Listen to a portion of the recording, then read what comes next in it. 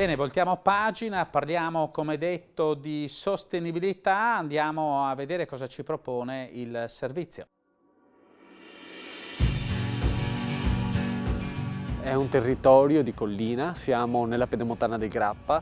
la nostra zona è appena stata riconosciuta da pochi mesi come MAB UNESCO e questo riconoscimento l'abbiamo ottenuto per l'interazione fra l'uomo e l'ambiente, quindi la coesistenza tra questo ecosistema naturale dove comunque l'uomo interviene sia in ambito agricolo che in altri ambiti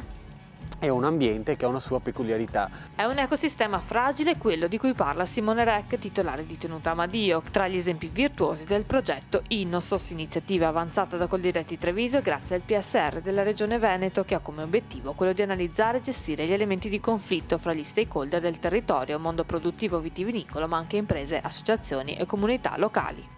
La nostra azienda appunto si trova nel territorio di Monfumo. Tutto il comune è interamente collinare e siamo protetti a sud dalla fascia dei Colli Esolani, a nord dalla Pedemontana del Grappa, quindi c'è un microclima che favorisce le coltivazioni dell'olivo e della vite.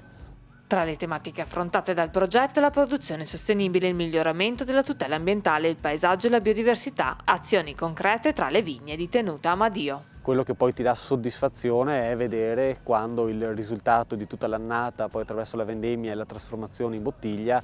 hai dei riconoscimenti sia da parte dei clienti, dei riconoscimenti sui premi o concorsi internazionali e vedere comunque che la gente apprezza il risultato del tuo prodotto. In particolare quando viene qui tutti si innamorano delle colline, del panorama, del posto e questo fa sempre molto piacere. Un luogo da preservare quindi, capace di produrre un vino eccellente come il Prosecco Asolo superiore di OCG. Tuttavia le sfide però non mancano. La sfida di ogni giorno di questo lavoro potrebbe essere cercare comunque di dare il miglior risultato in bottiglia che rappresenti quello che è il nostro territorio, quindi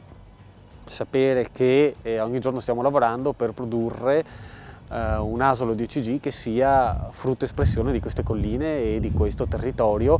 che dal punto di vista visivo è facile da vedere, da captare, ma quando bisogna descriverlo attraverso una bottiglia diventa più complesso.